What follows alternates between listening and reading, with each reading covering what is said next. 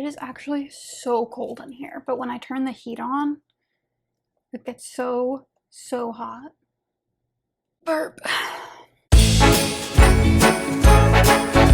Hi friends, welcome to BOOKMAS Day 1. Today we're going to do my November recap and some books that I want to read in December. The drink of the day is a Celsius Tropical Vibe Sparkling Starfruit Pineapple. I want to try like non-sparkling ones, but the only non-sparkling ones that I can ever find are the green tea ones, and I don't like those. I don't like the taste of that. Okay, so last month I read 13 books, and this month I read 6. I will say like some were kind of hard to get through. I've read 6 and a half, a third probably. But let's start at the beginning of the month. First book I read this month was You Again by Kate Goldbeck. I gave this book 5 stars. I'm obsessed with this book. I mean, just look at it. I'll never stop looking at this cover. Both of these characters were like very well developed and both kind of unlikable at times, but not in a way that made it hard to read. They were just very human, and the way, oh my gosh, the way that they just kept finding each other was so true love coded. I can't get over it. They're so cute. The next book I read was Night Shift by Annie Crown. That is on Kindle Unlimited. I gave this one 3 stars. It was less than 300 pages, so 3 stars. It was just a basic romance book. It was short, it was sweet, it was cute. The characters were not developed at all. I couldn't even tell you anything about their families. Like, there wasn't a lot of deepness to the characters, I guess, but I mean, for what it is, it's good, so I gave it 3 stars. Speaking of books that took me longer than I thought to get through, I read Iron Flame this month. I'm not going to spend any time on it because I have a whole video of my spoiler thoughts, but this ended up at 3.5 stars, and I will leave it at that. Next, I read Do Your Worst by Rosie Danan. I gave this one 3 stars as well. It's very, very cute. It's a very fun premise. It's very short. Is it less than 300 pages?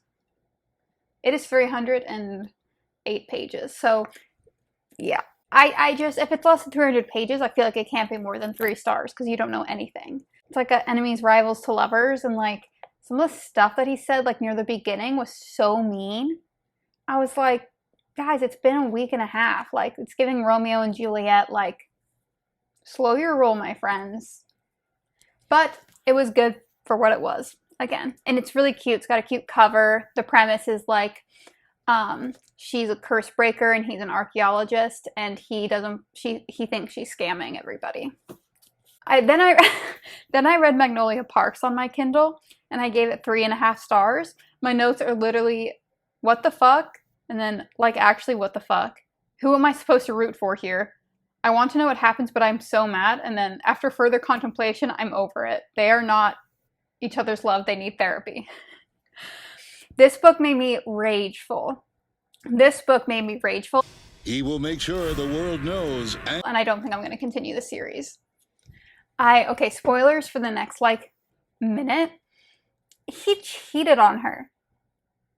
Before the book even started. He cheated on her, and then he's just sleeping around. And then anytime that he says to her, like, he gets mad at her for anything, I'm like, back up. Back up. Because and when you learn, like, who he cheated on her with, and neither of them ever told her, oh my, I actually, like, when that happened at the end, I was sobbing. But not in a way that I'm like, oh my gosh, I feel so emotionally attached to this book. I was sobbing just like, Magnolia, get out of there. I ended up just looking up spoilers for the whole series, everything that's out so far, because I can't go through that again. The last book that I read is Once Upon a Broken Heart by Stephanie Garber. I gave this book 3 stars. It's just kind of slow at the beginning, like really slow at the beginning. Like, I felt like the plot didn't start till halfway through. It's not my favorite, but I really do like Evangeline and the Prince of Hearts, Jax, I think is his name. I like them as characters, and I liked the ending, like I liked the cliffhanger, so I will be reading the second book. I'm hoping it's kind of like the ACOTAR situation, where like the first 60% of ACOTAR is kind of painful, but then it gets really good. So 3 stars. So the book that I'm in the middle of, that is also, I guess, in my December TBR, is the first Crescent City book, House of Earth and Blood. I'm on page 230, probably like a third of the way through, I guess. It's a struggle at the moment.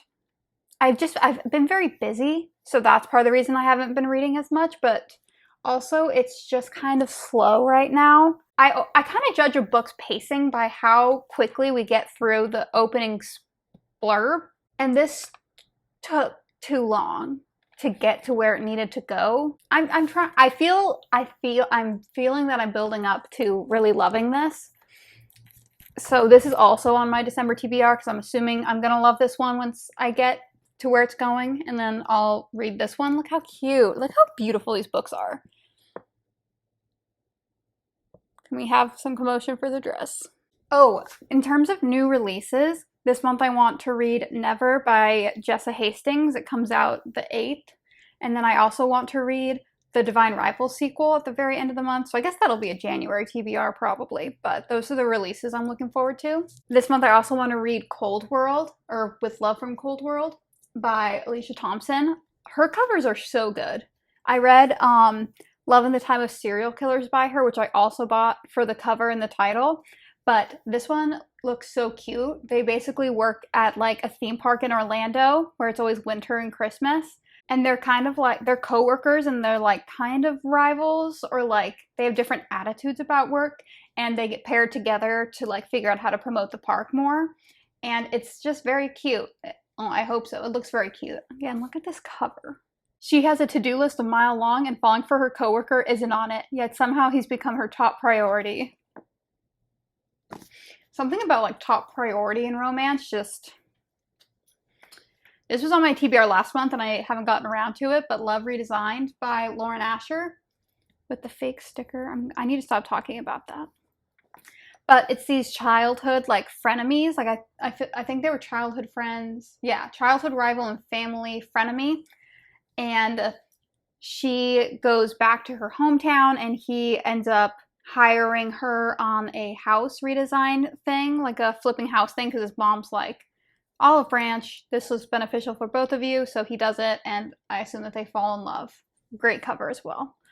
I'm really killing it with the covers. There's a really cute bookstore in downtown Mooresville near Charlotte, and I went there, and I think I got this from there. Anyways, it really truly doesn't matter.